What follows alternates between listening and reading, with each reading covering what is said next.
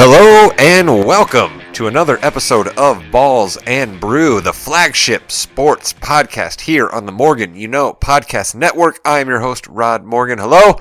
This podcast is produced by James Jamriska. Joining me, as always, my co-pilot, my co-host, my Iceman, if you will. He looks great in aviator sunglasses, but he does not quite have the hair of the Iceman, but he is Chris King. Chris, hello. Hello, Internet. Hey, Rod. How's it going? You know what? I'm actually happy, right? For South Bend, Indiana residents, there's a lot of folks up here who are shocked this week and not happy. I'm actually happy. We'll get to that soon. But speaking of South Bend, another South Bend resident, our football handicapper, our guy, Josh Williams, coming off a tough Thanksgiving, and I would not be me if I didn't give Williams grief here. He was complaining about not wanting to pick the Thanksgiving Day games. He picked all three Thanksgiving Day games correctly. Mr. Williams, how'd you do on your actual picks, though? Oh, actual picks, 0-3, so Thanksgiving. Let's go all sweet potatoes and deviled eggs for the win. Absolutely. That brings your record to 18-18, which is fine. About 500 is okay. We got plenty of time to make money the rest of the season. We will get into week 13 in the NFL soon, but as I teased there at the top in the intro, one Brian Kelly, longest tenured coach, Notre Dame in quite a while, 12 years at the helm, most wins by any Notre Dame football coach, most losses by any Notre Dame football coach as well, and he decided to up and head to Baton Rouge. Mr. Williams, when you first heard the news, what did you think? I was pretty shocked, actually, but, LSU dropped the bags for him. They dropped some major bags for him, and the way I understand taking the money and Bolton, but it's pretty just a low point in his Notre Dame tenure, how he left. And, there's assistants on the recruiting trail. I found out, via text, via breaking news, not even through him, and got done with the recruit and felt like they were just a jerk to that family and who he was trying to recruit. So he could have done it a much better way, but he kind of snuck out of Cincinnati the same way. And there's been some bad some bad stories about him floating around. So yeah, just not a great way to go out. What was his contract buyout? I have no idea what his contract was. I thought he just signed an extension like maybe a year or two ago. But see, Chris, that's what I was actually going to go to, right, is related to what you brought up there, right? Like, everything about this situation is just dirty and icky, right? And I'm not necessarily trying to 100% blame Brian Kelly here. I'm blaming the whole entire system. Anytime a coach leaves a school and goes to another school, there's just a wake of bodies and recruits and bad stories that come out and hurt feelings, and you don't even finish out the entire year. I mean, like, Chris, is there a better way we can do this, or this is just we because there's so much money involved, it's just going to be this ugly every time? Well, you definitely see a pattern of it getting worse. How many coaches have we already seen leave teams that are bowl bound to go start coaching another team? Like, the season's not even over. These guys aren't fired. They shouldn't be leaving their teams until the season's over. For one, recruiting issues, you see it constantly. A guy decommitted from Oklahoma just because Riley went to USC, so he's going to go to USC. Players are going to enter the transfer portal at bigger clips. It's the same reason that I hate the same thing that goes in the pros.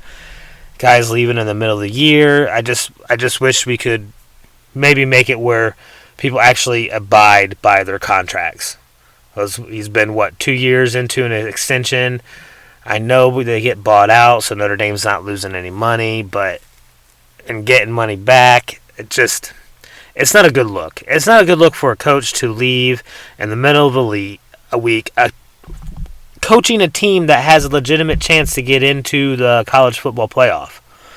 And we'll get into that. He up and leaves. It's crazy.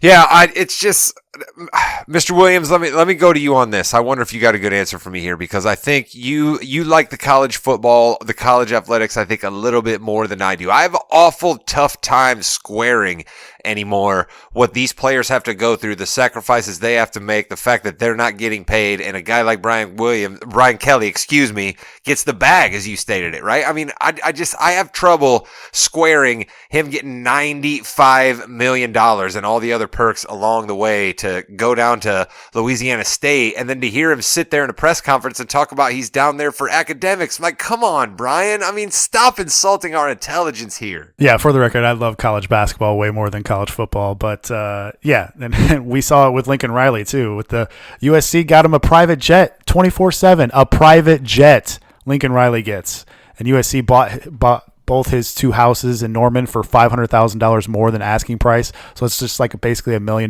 bonus. He gets $110 million out there.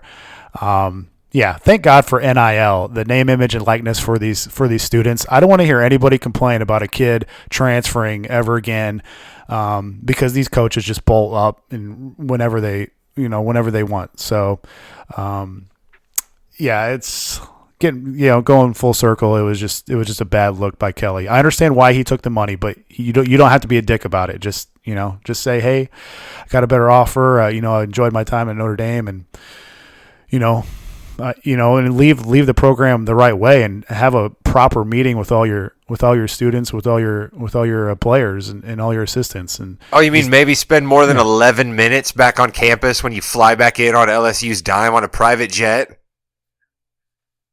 Oh my goodness! Yeah, I mean, listen, he had seniors on that team that have, given up blood, sweat, and tears for this man for 4 or 5 years, and what kind of lesson is that teaching these young boys? The wrong one. These young boys. No, you're right. No, you're absolutely right. Here, I'll say this. I'm going to tread very, very lightly here, okay? But I live in South Bend. I've had an occasion to run into quite a few people who work in Notre Dame University, hang around Notre Dame University, all of the above, have a chance to run into a lot of people associated with Notre Dame athletics throughout different things here in the community, right? What you will hear all the time is glowing praise for Mike Bray. What you absolutely never hear is anybody associated with Notre Dame or the Notre Dame community that has had to deal with Brian Kelly say, oh, you know what, man, he was a great guy. I really enjoyed spending my time with Brian Kelly, and I came away from it a better person. That absolutely never happens. So the bottom line for me is I'm fine. Brian, you were a decent enough football coach for Notre Dame. We were pretty bad when you came. You gave us a couple of shots. I can't deny that, but I am so not sad to see you go. Go enjoy yourself down in Baton Rouge. You're going to get eaten alive in the SEC, and you're maybe going to have an embolism because you're going to be completely purple-faced all the time with your angry little leprechaun self. Goodbye, dude. This football show is turning into me either ranting about Brian Kelly or Carson Wentz, and it's just getting out of control. So let's do what we promised and run down Notre Dame's chances of getting into the playoff. It sounds as if Georgia has the best chance to get in. Even if they lose, it sounds like they're basically in. Is that correct, Chris? Yeah, so Georgia's going to be in. They're 12-0. They're in the SEC. Even if they lose to Alabama, they're not going to drop past 3, maybe 4, maybe. They did put Notre Dame at number 6. The chair for the playoff committee actually admitted, it's like, yeah, Brian Kelly leaving impacted their ranking. And so they probably would have been ahead of Oklahoma State had Kelly stayed. So they got 4 teams in front of them that they need 2 of them to lose. That's either Michigan against Iowa. They need Alabama to lose to Georgia. Cincinnati could lose to Houston, or they need Baylor to beat Oklahoma State. They need 2 of those things to happen, and then they can squeak up to number 4. All right, Mr. Williams, let's go to you, the handicapper. Which of those 2 do you think have the best chance of happening? I think Georgia's going to beat Bama, and then, unfortunately, I don't see any of those other 3 happening. Really? You don't think there's a chance Harbaugh could choke it up and lose to the Hawkeyes? See, what hurts Notre Dame there is that Wisconsin lost last week, or else they would have been playing Michigan. I would have liked Wisconsin's chances a lot better than Iowa. Iowa just can't move the ball. Their offense is like looking at burnt toast. I mean, they're pretty vanilla. And even I thought that there could be a letdown for Michigan, but after digging digging deep into some metrics, and I just don't see it with Iowa. And is Kelvin Sampson the coach of Houston, or is he just the basketball coach? I don't know anything about Houston football. Oh yeah. He's just a basketball coach. I don't see how Houston's going to score points on Cincinnati either. So I would say the most likely is Baylor upsetting Oklahoma State, but then again, that's another tough matchup for Baylor too. So unfortunately, I don't see many upsets happening because Georgia is actually a 6.5 point favorite over Bama. So yeah, unfortunately, I think Notre Dame is going to be left out of the playoffs. So you think it's going to end up being Georgia, Cincinnati, Michigan, and Oklahoma State? Yes, I think they'll keep Michigan at 2. Cincinnati will move up to 3, and then Oklahoma State would be at 4. And so then Alabama would just drop out of the top 4 at least with 2 losses. They might even still be ahead of Notre Dame, though. Who knows? Yeah, possibly. It depends on how bad that Georgia game is on Saturday. All right, there we go. All right, Chris, that was Williams, our handicapper's thought. What do you think? I know you're a bit of a Notre Dame fan. What do you think is going to happen? I think Georgia's going to beat Alabama. I think Michigan will beat Iowa. The 2 other games I still think are kind of a toss-up. Houston's not a slouch. They're a ranked team. They're 11-1. They can play some ball. Cincinnati has a great defense. It's going to be tough, but I think Houston can score. And yeah, if I was Oklahoma State, I would be scared of Baylor. They got a lot of guys on that team that can just outperform just about anybody else. And I know they got a couple losses this year, but they're still in the top 10. That's a tough game. I think those 2 games are legitimately toss-ups. All right, well, there we go. We're all Notre Dame fans are going to be on the edge of their seat, waiting to see what happens with that. And then I guess has it been made official? Is Marcus Freeman the next head coach at Notre Dame? I still sort of seemed unclear to me. I was seeing a bunch of reports, but then I didn't hear the official thing from the university yet. I've only seen reports. I haven't seen a university statement, but everything seems to point in that direction. I think this is the right thing to do. Mr. Williams, what do you got? Have you seen official word, or is it still just people are reporting? I have not seen official, but from what I've heard, it's almost a done deal. So, yeah, a lot of the players love him, seem to respect him, and he's a really good recruiter. And an interesting side note here, what if the Bears go after Ryan Day at the end of the year, one of the best play callers in college football? That leaves an opening for Ohio State. Marcus Freeman is an alum of Ohio State. So the coaching carousel still isn't even over yet. Even though they just signed him, or they're going to sign him, I can already see, controversy or drama happening in the future. So what's a better job, Notre Dame or Ohio State? I don't know. Maybe that's a whole other podcast. That is probably a whole other podcast. But say hello to Coach Tommy Rees, I guess, at that point, if what you just said happened at that point. So a guy who was only quarterbacking for Notre Dame, 5 years ago? That'd be the head coach. That'd be wild. That would be wild. Yeah. That's what this team run is going to be about. Competing, getting after it with mental and physical toughness, and being the best in the country at what we do. So we ready to do that? Yes, sir. All right, so what I'm going to do now, okay, because you're a brand new head football coach.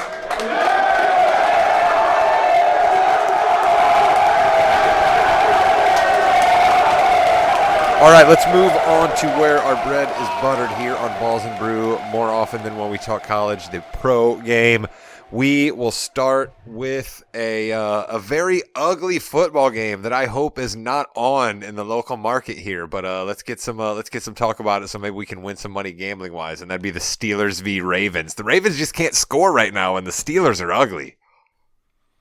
Steelers are ugly. We took them 2 weeks ago in the classic Tomlin rah-rah spot. He ended up covering. We're going to do it again. The Tomlin rah-rah spot. No one is going to bet Pittsburgh. I'll take the Steelers plus 4.5. Look, these Ravens-Steelers games are traditionally super close. The last 26 games split right down the middle, 13-13. The average margin of victory is only 1 point, and 20 of the 26 decided by one possession. 17 of those decided by 4 points or less.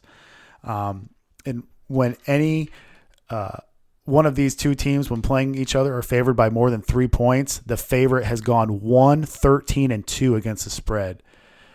And Steelers are 0-8 without Hayden. He should be back for this game, Joe Hayden, since they acquired him. But then Tomlin, 35-16-2 as a dog. He's 12-3-2 as a home dog. And then teams failing to cover by 28-plus points the previous week, which the Steelers were, they got blown out last week, are 120, 75-6 since 2003. That's 61%. And then Lamar has it. Lamar has the Tomlin rah-rah spot. I love this. We should definitely start having this be a thing, right? Like when you just like we go, all right, we're going rah-rah. Like we need like a sound effect for it, something. I love it. And Lamar hasn't played good against the Steelers in his career. He has the lowest QB grade versus the Steelers out of any other team in the league. He's played, I think, 4 full games. He's got 3 touchdowns, 5 picks, and 5 fumbles against the Steelers. And the Ravens are the third team since 1985 to have 5 fourth-quarter comebacks in their first 10 games. So, translation, they've been super fortunate. And if you want to wait on this game, the line should be going up. I think more public money will be coming in on Baltimore because, like I said, nobody's going to want to bet the Steelers. They've been looking terrible lately. I get it. But we're just going by the model. We're going by the Tomlin rah-rah spot. So let's go. Let's take the Steelers plus 4.5. If you wait all the way to the Sunday, this could go up to 5, maybe even 5.5. All right, there you go. Advice is to wait, and then my advice is to not watch this game and just bet on it. Chris, do you have a take on the Steelers-Ravens before we move on?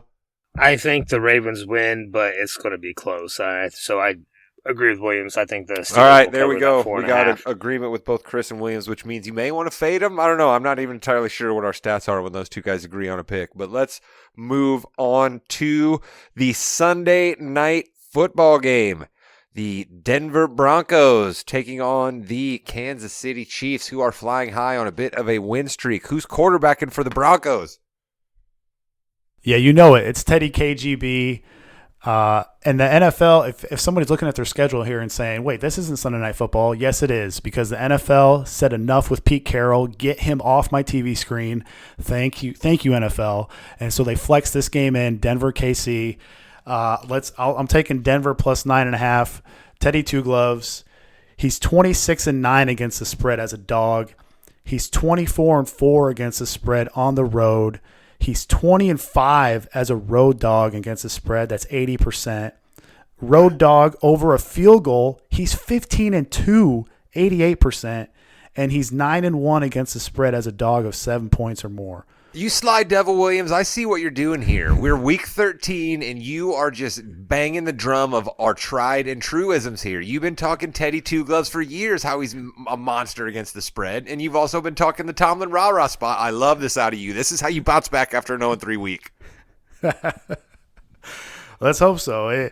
This may sound like a made-up stat, but Teddy Two Gloves is second in the whole league in EPA plus completion percentage over expectation composite. That's a whole lot of metrics, but basically he's only trailing Kyler Murray in those quarterback metrics. Look, I get it. The Chiefs' D is better, but it's still not a great D. Spags likes to blitz for KC, but Teddy has been great versus the blitz this year. And the Broncos secondary, more specifically their safeties, can play this deep shell D that has caused problems for this Kansas City passing attack. Broncos red zone D last year, first.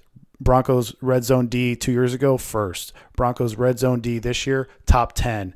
So they have the ability to make the KC kick field goals once they get in the red zone. And since the middle of the year last year, including the postseason, the Chiefs are 2-13 against the spread as a fave over a field goal, including 0-8 as a fave of more than 7 points. Wow. Yeah. I never would have guessed something like that. That's a great stat. Since 2003, also, home division favorites laying more than 7 points are 87, 112, and 8 against the spread. So that's only 43.7%. That's what the Chiefs are doing this Sunday night. So, look, this Denver team, they can run the ball. They have a QB who doesn't turn the ball over, and they have a good red zone defense with a good secondary. This team was built to play up and play tight games versus Kansas City. So I'll gladly take the 9.5 points against KC. Absolutely. I love 9.5 points. I'm all about your first two picks this week, Mr. Williams. Usually I'm a big fan of trying to blow some smoke your way and try to get you to change. And sometimes I've been proven right. So who knows? Maybe this is a bad sign for you. Chris, what do you think about that one? I'm actually going to go against that. I think the Chiefs win. I think they win by double digits. They won 4 in a row. They're playing like the Chiefs of the last 2 years. And I'm going to throw a little bit of stats at you why I think this is going to be a double-digit blowout.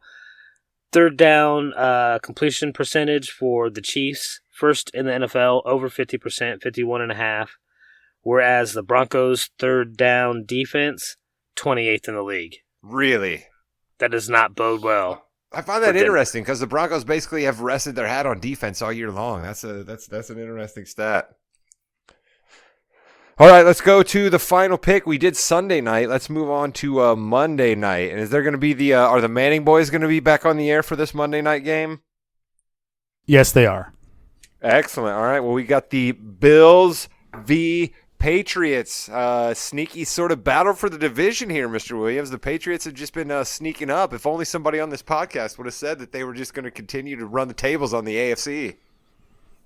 Yep, said it before the season. I thought the Patriots were going to make the playoffs. I think you guys came around a little bit later, but hey, it's all right. Still got time. I'm taking the Patriots.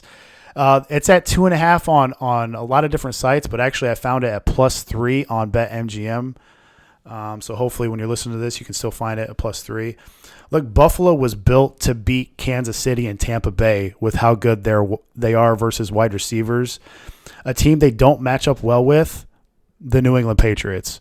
Why? Because when the league zigs, the Patriots zag. Buffalo pass D, first DVOA, second in yards allowed per pass. The Pats don't care about that. The Pats will just run it for a majority of the game. And the Pats run offense, top 10 DVOA with Damian Harris and Ramondre Stevenson. The Bills also want to chuck it around the field 45 times a game. The Pats, second in DVOA pass defense, third in yards allowed per pass. I heard 80% chance of snow that night as well. Yeah, and there's some that are pointing that as a negative towards New England because of Mac Jones' arm strength, but I look at that as a positive for New England. That's against the Bills, man. They want to go deep to Diggs. Yeah, and they want to pass a lot, and New England's fine with keeping the game on the ground and going play action to tight end. So, yeah, and listen, I always want to follow the money more so than the ticket count. And so far from what I've found, 72% of the money is on New England here. So I'll take the Pats +3 on Monday night. Listen, you've also said that a pretty good axiom is that, it's never a bad idea going with Bill Belichick. The guy's got a proven track record. I mean, I love these stocking horses, to borrow an old phrase, that you are riding for your 3 picks this week, Mr. Williams. Kudos to you. Mr. King, let's go over to you and get your props for the week. Your record for the year stands at what? I am at a lowly 12-16. Oh my goodness, we need to turn it around here. Yeah, I'm hoping that I got the picks for that this week. I'm hoping to go 3-0, so we'll see what we get. All right, give us your first one. Okay, this is going to Atlanta at Tampa Bay. I'm going to go. I think Tampa Bay is going to win this game. I'm a little bit nervous about Matt Ryan, but I'm going to go Kyle Pitts. He has proven himself to me. I'm going to take the over at 56.5 receiving yards. I think he's the one guy that will get open for death. Ryan. That's death. You do not want to be on the Kyle Pitts train, my friend. I have him in fantasy. You don't want this. You don't want this smoke. Yep, I'm probably right. I did it earlier this year, and I took an under on him, and I lost that horribly, so chances are I'll lose this one horribly. But you can find that at -110 and Bet365. What do you got for 2? The second one, I know Williams is not allowed to do any picks in the San Francisco game, but I'm taking a prop from the Seattle-San Fran game. Russell Williams. Or Russell Williams. under. My long lost brother. 229.5 passing yards. And you can find that at -110 at Bet365. You know what? I should almost not let you pick this prop. You shouldn't be able to pick any kind of a bet out of the game that got booted out of the Sunday night football game. Come on. And listen, there are real issues in Seattle, and Wilson has not looked right since he came back from that injury. Oh, you mean maybe it wasn't a good idea to rehab 19 hours a day? Yeah, that could have been an issue. Oh my goodness, Mr. Williams, are we seeing the last of Pete Carroll? I'm throwing a complete curveball at you here. Are we seeing the last of Pete Carroll? Oh God, I hope so. There's a lot of rumors coming out of Seattle that no matter what happens the rest of the year, that Russ is gone, that he's out of there. So we'll see, man. So we're gonna have Russ and Aaron Rodgers are gonna be shopped around to whatever ready-made team is ready for him. Is that really gonna happen this offseason? I mean, how excited are fans going to be in Carolina and New Orleans, even Pittsburgh? I could see one of those guys landing somewhere in one of those three teams. So yeah, it's going to be very interesting. You guys wonder why I'm so bummed out about the Carson Wentz situation. This is exactly why, okay? Because we've hitched our wagon to this guy. We can't be in the sweepstakes for either Aaron Rodgers or Russell Wilson. Yeah, I mean, think about Bears fans too. I know everybody thinks that Fields is the future, but like, let's just ask this: what if he's not? The Bears have no chance to get Russ because they just drafted Fields. So I don't know. It's at least your team is in the playoff race. Barely. We're holding on. I was ready to get on the bandwagon last week, and then they lost to Tom Brady. Because why? The Colts always lose to Tom Brady. I should have known that was going to happen. Gosh, that guy's been killing me for years. Manning's retired in the Hall of Fame, and Tom Brady's still beating the Colts. All right, Chris, give us your final prop before I go completely insane over here. Okay, this is going to go to another West Coast team traveling to Eastern Standard Time. Early game, Bengals versus the Chargers. I'm going to take Joe Burrow over 245.5 passing yards, minus 125 at BetMGM. Burrow's starting to turn me into a believer. I'm already a believer in Jamar Chase. I think he gets over 250 did you say believer? Is that, I don't know what this has to do with Justin Bieber. Believer. Oh, excuse me. I'm sorry. Yeah, the Bengals are legit. They're in the playoffs right now. They're playing real well. Burrow to Chase is a deep threat every single game. They're playing real well. I might push back a little bit against real well. They're definitely in the hunt. I'm not sure anybody in the AFC is playing real well. That's why everybody's in the hunt. Yeah, you're probably right about that. There's a lot of 6-5, 6-6 teams in the AFC. Yeah, I tuned into an episode of Hard Knocks, though, with the Indianapolis Colts. I tuned into about 10 minutes, and it happened to be the 10 minutes where they were just absolutely laying waste to the Bills. And I was kind of like, you know what? That's it. That's the only 10 minutes of the show that I need. That's probably the best the 10 minutes of Hard Knocks about the Colts end of this season is going to get. That absolute domination of the Bills and the 5 touchdowns to Jonathan Taylor Thomas, as the Mrs. Morganino likes to call him. All right, so Williams, I think Mr. King's just made your ears perk up a little bit there because I think that last game he mentioned was another one you wanted to talk to us about, wasn't it? Yeah, let's go outright upset pick of the week. I'm going against Chris here. I'm going to take the Chargers plus 140. You can find that on DK. The last two games have been weird for Cincinnati. So week 11, just 4.1 yards per play versus Vegas. They were outgained by 1.8 in that game. They actually won that game by 29 points. And just 5.7 yards per play and 0.5 per play better versus Pittsburgh. They won that game by 31 points. Burrow has been under 200 yards passing the last two games. And since he has played a soft schedule of opposing offenses, now they get their top test in the Chargers. The Bengals have played a bottom 5 schedule of offenses. And the Chargers, pre-bye, they were 25th in expected points added on first and second downs. Remember, we were saying that Staley hopefully gets that situated with Lombardi. And after the bye, they are third in that same category. So they have done a lot better. And the schedule has even been tougher post-bye. So, and they're still awesome on third and fourth down conversion rates as well. So, remember, this Bengals team lost to the Bears. They almost lost at home to Jacksonville. They got trucked at home versus Cleveland. They lost to the Jets. They got bailed out versus Minnesota by the refs with that Dalvin Cook fumble ruling. This is a step up facing the Chargers, though. The Bengals have played two really good offenses this year, Green Bay and Cleveland. They lost to both of them, and the Chargers are a better offense than both those two statistically. So I'm going to take the Chargers outright win over Cincinnati.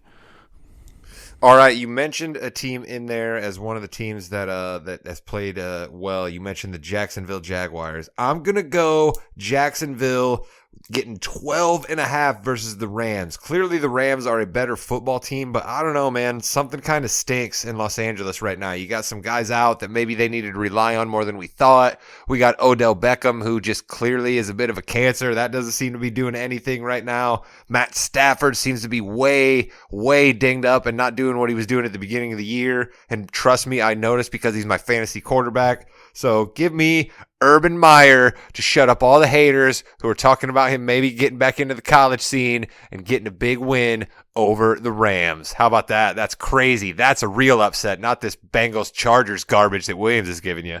Are you saying the Jags will outright win or just cover the 13 I think the Jags will probably cover the spread, but why not? I've said they'll outright win every time I pick one of these because I go balls to the wall, so why not? Jags are going to beat them by 14. That's plus 460 on DraftKings if anybody wants to tail you the money line Jags. Plus 460. Let's go. Absolutely, man. Hey, listen, the Jags play tough, man. Those guys down there got nothing to play for other than being able to stick it to the Rams. You know what I mean? Like they got nothing else going for them other than that. Why not? Why not? And remember, it was this time about last year when the Jets went out to L.A. and upset the Rams. The Rams were like a 16.5-point favorite, and everybody was on the Rams. Cost a lot of people their survivor pools last year. So if the Jets could do it, maybe the Jags can do it. I don't know. There we go. All right. I love it. I loved having another episode of Balls and Brew for the people. Thank you so much for listening. Thank you so much to Mr. Jamriska for producing. Thanks to Chris and Williams for coming along for the ride. And do not forget that we will have a episode of Yeah, We Know in the Ring with Jimmy and Rod coming out next week. We'll do some wrestling talk for you there. And I believe the Mrs. Morgan You Know and I are working on a television project that will be coming out for the Morgan You Know. It's been a little while, pop culture wise. We're going to come out with a little holiday treat for everybody. It's not holidays, but you know, it's a treat in that we haven't done an episode for a while. So be on the lookout for that one. Other than that, keep having fun out there. Keep listening to Mr. King. You get the final word. Goodbye, Internet.